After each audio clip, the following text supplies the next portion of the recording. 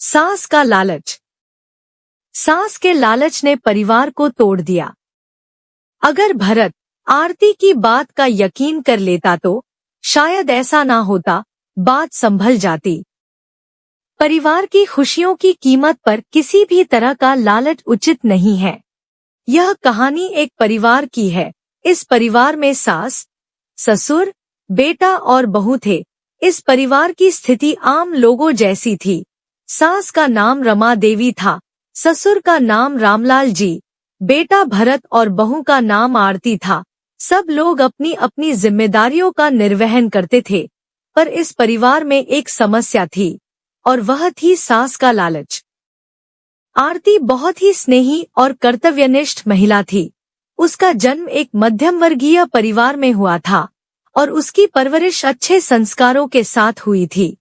आरती अपने ससुराल में सबकी सेवा करती थी और घर के सभी कार्यों में हाथ बंटाती थी। वह अपने ससुराल वालों का बहुत आदर करती थी और उनकी हर संभव सहायता करती थी, परंतु उसकी सास रमा देवी को उसकी यह सारी सेवा कभी दिखाई नहीं देती थी। उन्हें सिर्फ अपने लालच की पूर्ति में ही रुचि थी। रमा देवी का स्वभाव बहुत ही स्वार्थी और लोभी था। उन्हें सोना और महंगे गहनों का बहुत शौक था। उन्हें हमेशा यह लगता रहता था कि उनके पास पर्याप्त गहने और संपत्ति नहीं है। इस कारण से वह हमेशा अपनी बहू से कुछ न कुछ मांगती रहती थी। शादी के बाद की पहली रात रमा देवी ने आरती को अपने पास बुलाया। उन्होंने कहा, बेटी, तुम्हारे मायके से मिले गहने बहुत सुंदर हैं। मैं चाहती हूँ कि तुम मुझे वे गहने दे दो ताकि मैं भी उन्हें पहन सकूं। आरती ने सोचा कि शायद यह सास का प्यार जताने का तरीका है और उसने अपने गहने रमा देवी को दे दिए। परंतु रमा देवी का लालच खत्म होने का नाम ही नहीं लेता था। एक बार जब रमा देवी ने देखा कि आरती ने उनकी मांग पूरी कर दी है तो उनकी हिम्मत और बढ़ गई। उन्होंने आरती से और गहने, पैसे और यहाँ तक कि जमीन जायदाद की मांग भी करनी शुरू कर दी। कोई भी त्योहार आने से पहले दूसरों के उदाहरण देते हुए कहती थी कि इसके मायके से सोने का हार आया है, उसके मायके से बनारसी साड़ी आई है, और भी ऐसे ही बोल बोल कर सामान मंगवाती थी। कभी सास बोलकर तो कभी घुमा फिराकर बोलती थी और कहती थी कि भरत को मत बताइयो वरना वो घर में कलेश करेगा। आरती के लिए यह सब सहना मुश्किल होता जा रहा था। वह अपने मायके से बार बार चीजें नहीं मांग सकती थी, लेकिन वह अपने पति से भी कुछ नहीं कह पाती थी क्योंकि वह नहीं चाहती थी कि घर में कोई विवाद हो। आरती अपने आप को बहुत असहाय महसूस कर रही थी। ससुर रामलाल जी एक शांत और सीधे व्यक्ति थे। उन्होंने अपनी पत्नी के स्वभाव को समझ लिया था, लेकिन उन्होंने भी कभी विरोध नहीं किया। वह अपनी पत्नी से डरते थे और आरती की स्थिति को समझते हुए भी उसे सांत्वना देने के अलावा कुछ नहीं कर सकते थे। आरती का पति भरत एक साधारण और समझदार व्यक्ति था। वह अपनी माँ की आदतों से वाकिफ नहीं था। उसे नहीं पता था अपनी माँ के लालच के बारे में।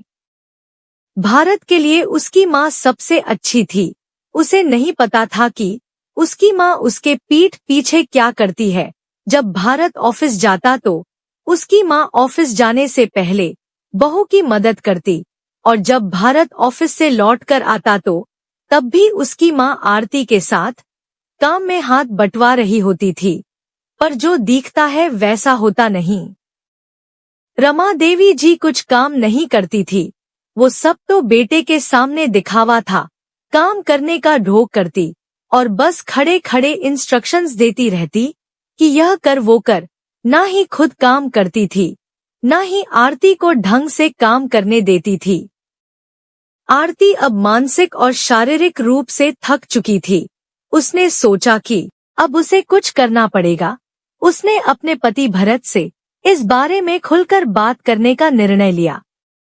आरती ने एक रात भरत को सारी बात बताई और अपनी समस्याएं उसके सामने रखीं। परंतु भरत ने उसकी बातों पर यकीन नहीं किया और कहा कि मेरी माँ बहुत अच्छी है, तेरा कितना ख्याल रखती है, ऐसी सास तो किस्मत वालों को मिलती है।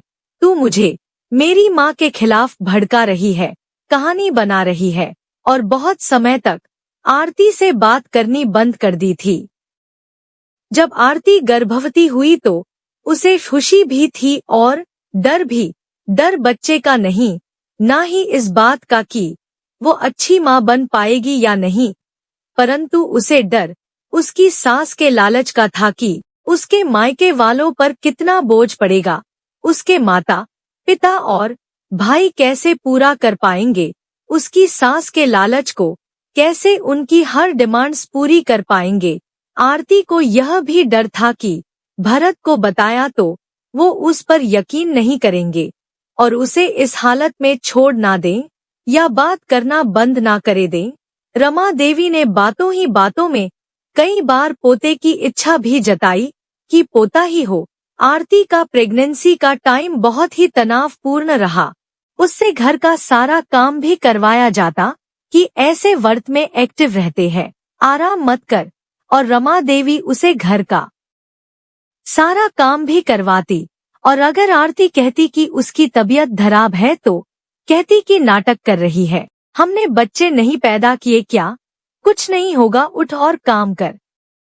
आखिरकार वह दिन आ ही गया जब आरती को प्रसव पीड़ा शुरू हुई। भरत ने तुरंत आरती को नजदीकी अस्पताल में भर्ती कराया। कुछ घंटों के इंतजार के बाद डॉक्टर ने खुशखबरी दी कि आरती ने एक स्वस्थ और प्यारे से बेटे को जन्म दिया है। भरत के घर पर पूरा मोहल्ला सादर रात्रि भोज के लिए आमंत्रित है। आज उसके बेटे की छठी है और गांव से आई कुछ महिलाएं शिशु के छठी उत्सव में मंगल गीत गा रही हैं। ढोलक के ताल पर भरत की मां रमा देवी ठुमके लगा रही हैं। रात के 7 बजे से भोज है। पकवान की खुशबू चारों ओर फैली है। भरत की पत्नी आरती अपने नवजात बेटे को गोदी में ले सुलाई हुई है। घर में काफी गहमा-गहमी है। खुशी और उल्लास का माहौल छा गया है क्योंकि घर में पोते का जन्म हुआ है। इसलिए भरत के पापा रामलाल जी भी खुशी से फूले नहीं समा रहे। घर के डाइनिंग हॉल में मोहल्ले की औरतें बैठी हैं। रमा देवी नाच करते थक जाती है, आती है आरती के पास, बहू के बगल में बैठ जाती है और उसके कान में फुसफुसाती है, तुमने अपनी माँ को बोल रखा है ना, आज के दिन क्या क्या अपने नाती के लिए लाना है। जी मम्मी, कह दिया है, ऐसा बोल तो देती है आरती, पर उसके अंतर्मन में द्वंद्व जारी है। मन ही मन सशंकित है और अंदर से डरी हुई है कि मम्मी जी की फरमाइशों की झड़ी को कैसे पापा पूर्ण करेंगे। रिटायर्ड हैं पापा और भैया का भी प्राइवेट जॉब है, उनके भी अपने खर्च हैं। इधर मम्मी जी की सूची में सोने की चेन, पोता के लिए 5 कपड़े, मेरे लिए साड़ी, मम्मी जी के लिए साड़ी, खास कर 5000 वाली भागलपुरी सिल्क, जाड़ा के लिए कंबल, भरत के लिए रेमंड का पेंट शर्ट और पापा जी के लिए ब्रांडेड कंपनी मान्यवर का कुर्ता पायजामा व पालना। अगर आप चैनल पे नए हैं तो सब्सक्राइब जरूर कर लें। आरती की नजर बारंबार दरवाजे पर जा टिकती। बेचारी बहुत कशमकश में है। माता रानी से प्रार्थना करती है कि सब कुछ ठीक हो। आधे घंटे के उपरांत आरती के मम्मी पापा और भैया भाभी व भतीजा आ गए हैं। मम्मी जी उन्हें देखते ही स्वागत करती हैं, मन ही मन बुदबुदाती है, आरती जरा इनका दिखावा तो देखो। आरती की माँ पापा भैया भाभी सभी के हाथ में 2-2 गिफ्ट हैं। सारे उपहार आरती के मायका वालों के द्वारा सास के हाथ में थमा दिया जाता है। सभी गिफ्ट को अंदर रमा देवी रखने चली जाती हैं। तुरंत वापस आ आरती के कानों में धीरे से बोलती है, सोने की चैन कहाँ है? मुझे तो गिफ्ट्स पैकेट में नहीं मिला है। जी मम्मी, पूछ के देखती हूँ। अपनी माँ को इशारे से बुलाती है आरती। माँ, तुम क्या क्या लाई हो हमारे लिए? मम्मी जी को बता दो। समधिन जी, आपने जिन चीजों का डिमांड की है वो सब सामान नाती के लिए लाए हैं। कुछ कमी हो तो आज्ञा दे आप। लेकिन उपहार में सोने की चेन नहीं है। जी, वह नहीं ला सकते हम। क्यों? ये क्या तरीका है भला? आप अपने नाती के लिए एक चेन भी नहीं ला सकते? कैसे फकीर समधियाना मिला है? जोर से बोलते हुए बिफर पड़ी रमा देवी। उनकी तेज आवाज से ढोलक बजाने वाली का हाथ रुक गया है। सब लोग भौचक हो गए। क्या हुआ आरती? माँ, तुम क्यों शोरगुल मचा रही हो? भरत से रमा देवी डरती है, क्योंकि वह अपनी माँ के लाल चीपने से अनभिज्ञ था। दरअसल बात यह है बेटा कि आज बच्चे की छठी के उत्सव पर सोने की चेन देना शगुन माना जाता रहा है। यह एक तरह का संस्कार है। तुम्हारे ससुराल वाले लाना भूल गए हैं, इसलिए पूछ रही हूँ। आरती ने नम आंखों से भरत की ओर देखा। आरती की आंखों में आंसू थे और ऐसा लग रहा था जैसे कितना दर्द सवाल हो उसकी आंखों में कि क्यों भरत, क्यों नहीं सुनी आपने मेरी बात? क्यों मुझ पर यकीन नहीं किया? क्या मैं आपकी कुछ नहीं? क्या आप मुझे बिल्कुल नहीं समझ पाए? मैं क्यों आपको आपकी माँ के खिलाफ भड़काऊंगी कहानियां बनाकर? क्यों भरत, क्यों आपने मेरे साथ ऐसा किया? क्यों मेरा साथ नहीं दिया? अगर तब साथ दे दिया होता, मेरी बात सुन ली होती, तो आज मेरे मायके वालों को यूं शर्मिंदा नहीं होना पड़ता। भरत और आरती में बिन कहे बहुत बातें हो गई। उस लम्हे में भरत आरती से नजरें नहीं मिला पा रहा था। उसे अपनी माँ से ज्यादा खुद पर बहुत गुस्सा आ रहा था। उसने सब याद किया कि आरती क्यों दुखी रहती थी। त्योहारों पर या कुछ भी फंक्शन आता था तो कितनी हिम्मत करके उसने मुझे मेरी माँ के बारे में बताया होगा। और मैंने क्या किया? यह मुझसे क्या हो गया? मैं आरती को समझ ही नहीं पाया। ऐसी गर्भवती अवस्था में भी वो कितनी परेशान रहती थी, पर मैं कभी समझ ही नहीं पाया और मैंने बात करनी भी बंद कर दी थी। आरती को कितना दुख हुआ होगा। भरत को अब सब समझ में आ गया था कि उसकी माँ कैसी है। उसने सब याद किया, कड़ी से कड़ी जोड़ी और उसे अपनी माँ की सारी गलतियों का एहसास हो गया। भरत ने सबके आगे बात संभालते हुए कहा, ओह माँ, तुम भी कैसी ओछी बात कर रही हो? पापा कहाँ से लाते इतना महंगा उपहार? सोने का दाम आसमान छू रहा है। 70,000 रुपए में 10 ग्राम सोना आता है ना पापा? हाँ बेटा जी। आरती के पापा सिर हिलाते हैं। अपने दामाद के बड़पन देख उन्हें बल मिलता है। बेचारे भर्राए गले से कहते हैं कि समधिन जी, 70,000 में या तो एक चेन आता या सारा उपहार। एक चेन लेकर चले आते हम तो इतना उपहार नहीं ला पाते। समधी की बात सुन रमा देवी जी बंगले झांकने लगी। सबके घर से जाने के बाद भरत ने आरती से माफी मांगी और कहा कि मैं सब ठीक कर दूंगा। भरत ने आरती से एक और मौका मांगा, अच्छा पति बनने का, अच्छा पिता बनने का। उसने आरती से वादा किया कि वह इस बारे में अपनी माँ से बात करेगा। भरत ने अगले दिन अपनी माँ से बात करने की कोशिश की। उसने माँ को समझाने की कोशिश की कि उनका लालच परिवार के लिए हानिकारक हो रहा है, परंतु रमा देवी ने इसे अपने सम्मान का मुद्दा बना लिया और भरत पर ही आरोप लगाने लगी कि वह अपनी पत्नी के बहकावे में आ गया है।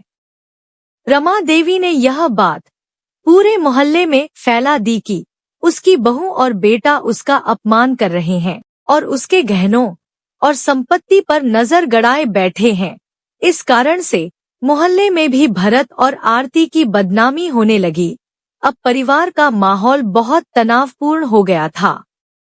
भरत ने निर्णय लिया कि वह अपनी पत्नी और बच्चे के साथ अलग घर में रहने जाएगा। उसने अपनी माँ से कहा कि वह उनका ख्याल रखेगा, लेकिन अलग घर में रहकर इस निर्णय से रमा देवी बहुत क्रोधित हो गई, परंतु भरत और आरती को शांति मिली। भरत और आरती ने अलग घर में रहने की तैयारी शुरू कर दी। उन्होंने अपने बच्चे के भविष्य के बारे में सोचते हुए इस निर्णय को सही माना। उन्होंने एक नया घर बनाया और उसमें रहने चले गए।